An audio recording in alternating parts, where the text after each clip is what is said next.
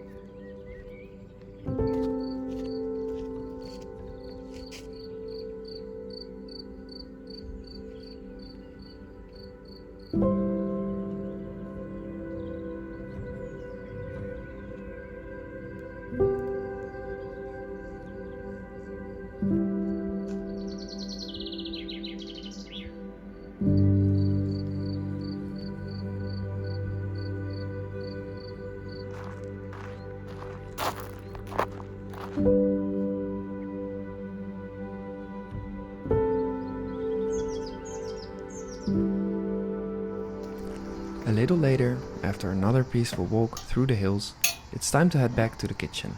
Or, in this case, the outdoor table actually. First of all, thank you. The response to last week's cooking segment was far more positive than I ever expected.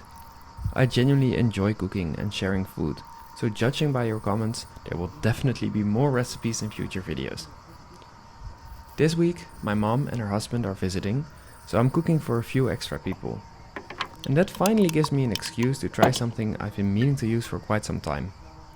This Dutch oven was a gift from my dad, and today seemed like the perfect opportunity to put it to work. As with most good meals, we begin with a generous amount of olive oil. Then comes about 1 kilogram, or just over 2 pounds, of Norwegian salmon, which I lightly coated with some mustard. Into the pot goes a stalk of celery, 2 small onions, 2 large cloves of garlic, and a sprig of lovage from the garden.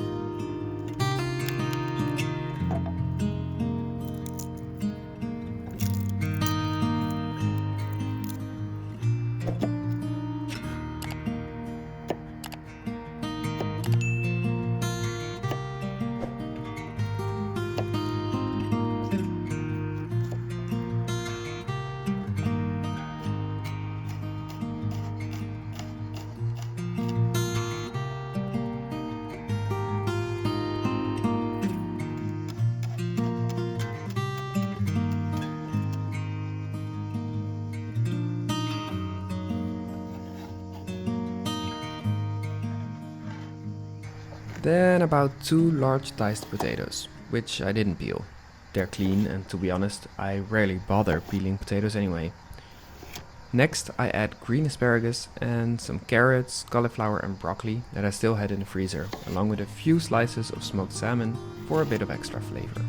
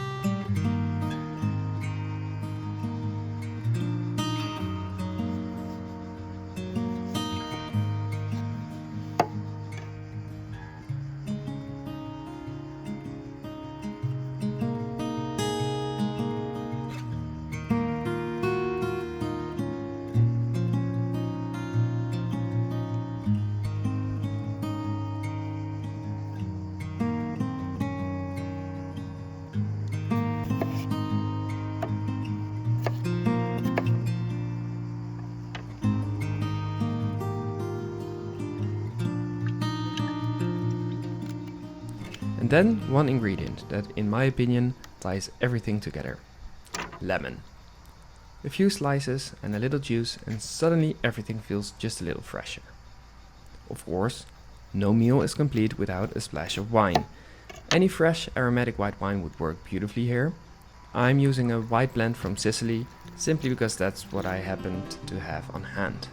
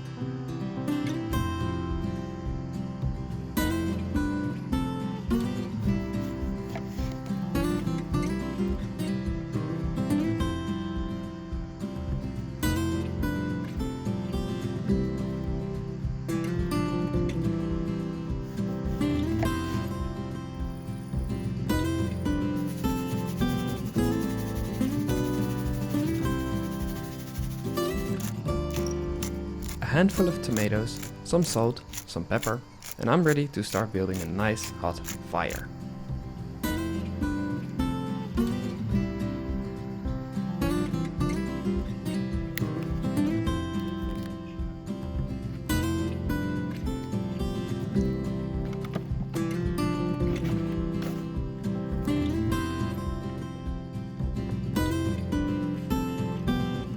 For anyone unfamiliar with Dutch ovens, they're essentially thick cast iron pots that combine some of the qualities of a pan and an oven. They retain heat exceptionally well and distribute it evenly, making them perfect for slow cooking. The one thing cast iron doesn't particularly appreciate is sudden temperature changes. And washing with soap actually. But that's why I placed the pot on the fire early while everything is still gradually warming up.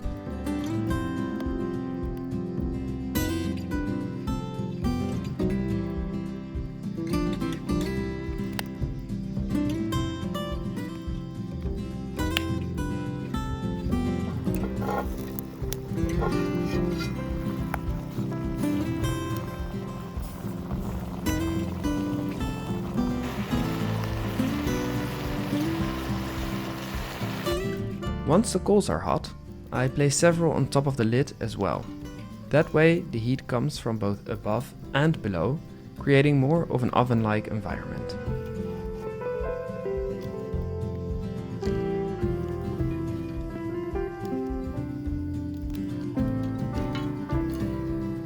And then we wait. Not very long this time though. About 20 minutes later, dinner is ready.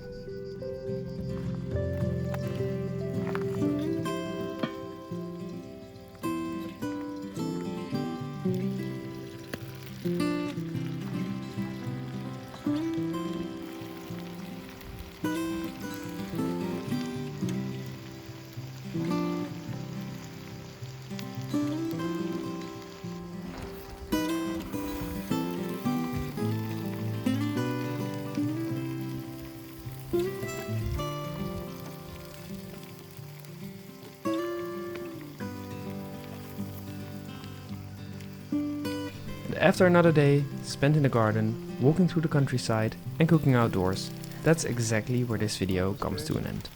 Thank you so much for watching again. If you enjoyed spending the day with me, consider subscribing to the channel. From now on, I'll be uploading a new video every other week.